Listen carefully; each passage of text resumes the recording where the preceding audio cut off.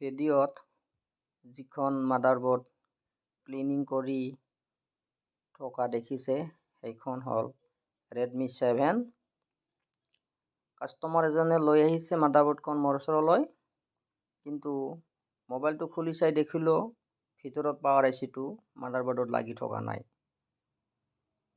পিছত সুধি গম পালোঁ মোবাইলটো পোনপ্ৰথমে বেলেগ এখন দোকানত দিছিল, ভিতৰত বোলে পাৱাৰ IC-টো ভাঙি আছিল।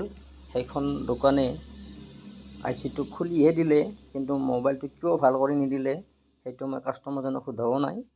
এতিয়া আমি মাদাৰবোৰ্ডখনত নতুন IC এটা লগাম, অলৰেডি লগাইয়ে আছোঁ, ভিডিঅ'ত দেখি আছে। এই IC-টো লগাৰ পাছত মোবাইলটো অন হয় নে নহয় চাই ল'ম, আৰু যদি নহয় কিয় নহয় সেইবিলাকৰ ভিডিঅ'ত দেখুৱাম।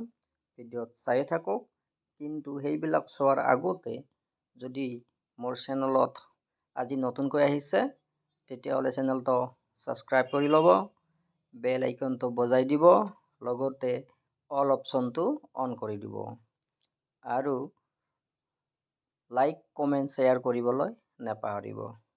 দেখিছে ভিডিঅ'ত IC-টো লগা কমপ্লিট হ'ল। এতিয়া মোবাইলটো অন কৰিম। দেখিছে মোবাইলটো অন হৈছে, মানে মোবাইলটোৰ পাৱাৰ IC-টোৱে প্ৰব্লেম আছিল।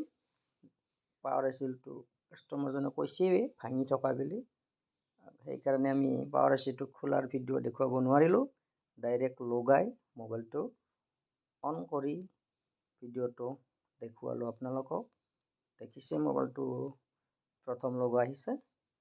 এতিয়া আমি চাৰ্জো দিছোঁ, মোবাইলটো ছেকেণ্ড লগোৱা আহেনে নাহে চাই ল'ম, টোটেলি অন হয়নে নহয় চাই ল'ম, যদি নহয় কিয় নহয় ভিডিঅ'ত দেখুৱাম। দেখিছে মোবাইলটো অনেই হৈ গৈছে, টোটেলি কমপ্লিট মোবাইলটো অন হৈ গৈছে। গতিকে মোবাইলটোৰ পাৱাৰ IC-ৰে প্ৰব্লেম আছিল। Thank U.